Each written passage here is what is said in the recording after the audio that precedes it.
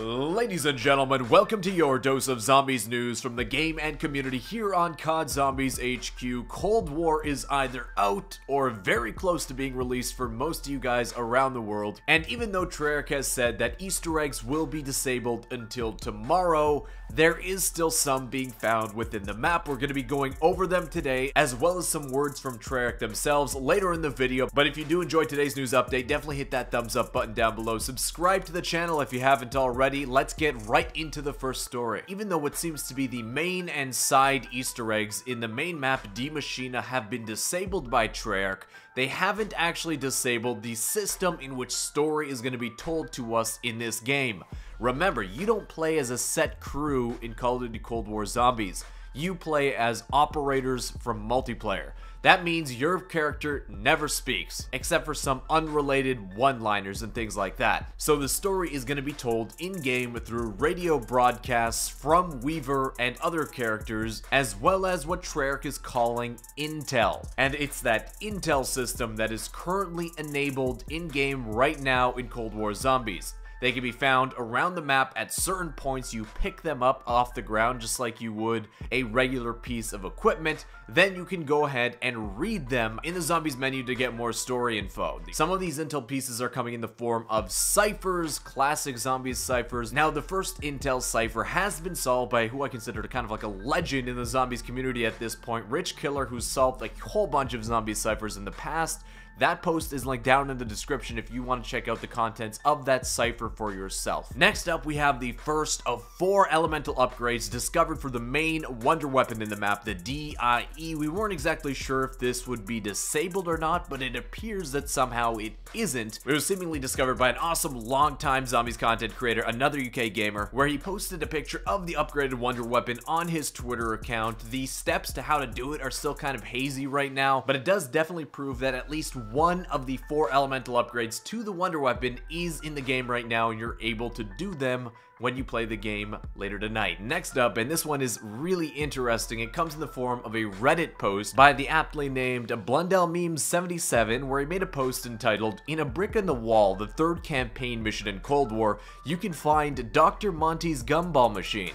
And he posts a screenshot from the mission itself, and yeah, look at that. That's Dr. Monty's gumball machine for sure. Which is interesting, right? Because currently in Cold War Zombies, we do not have a quote-unquote microtransaction or any kind of boost system like we've had in past Treyarch Zombies games, in Black Ops 3 in the form of Gobblegums, and in Black Ops 4 in the form of elixirs. So perhaps the existence of the asset, at least, for Dr. Monty's gumball machine being in the game files for sure, maybe they might go ahead and take that extra step and relaunch what I consider to be the most successful Zombies boost system in the past, that being Liquid Divinium and Gobblegums. But if that does end up happening, it'll be put into the game sometime within the next couple weeks to a month, as Treyarch usually does end up releasing those systems sometime after the initial launch date. Keeping on ripping through this breakneck pace, guys, Treyarch held their official game release live stream today. They called it their launch broadcast, and there was specifically an extended section with the developers of Zombies. Now, in terms of what they talked about,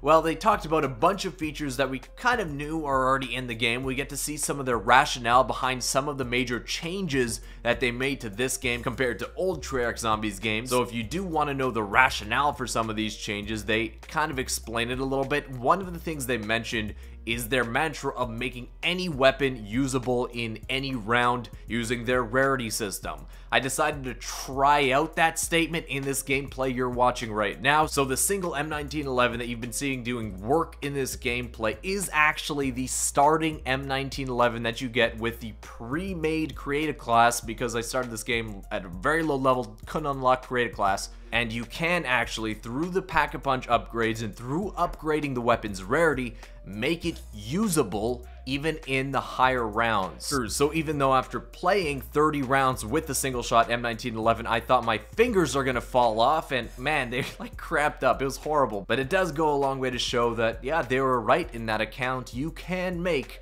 pretty much any weapon usable. And about that, quick tip for you guys that haven't played the game yet but are going to soon: if you see the ray gun in the box, this isn't your normal ray gun. The ray gun is probably the best weapon in the game right now, so definitely pick that up if it does come up for you. But that wraps up the news, guys. I want to thank you so much for watching. Be sure to hit the thumbs up button if you enjoyed it. Subscribe to the channel if you haven't already. A huge shout out to everybody in Notification Squad. You guys are the real deal, and I'll see you with another Zombies video very soon. Peace.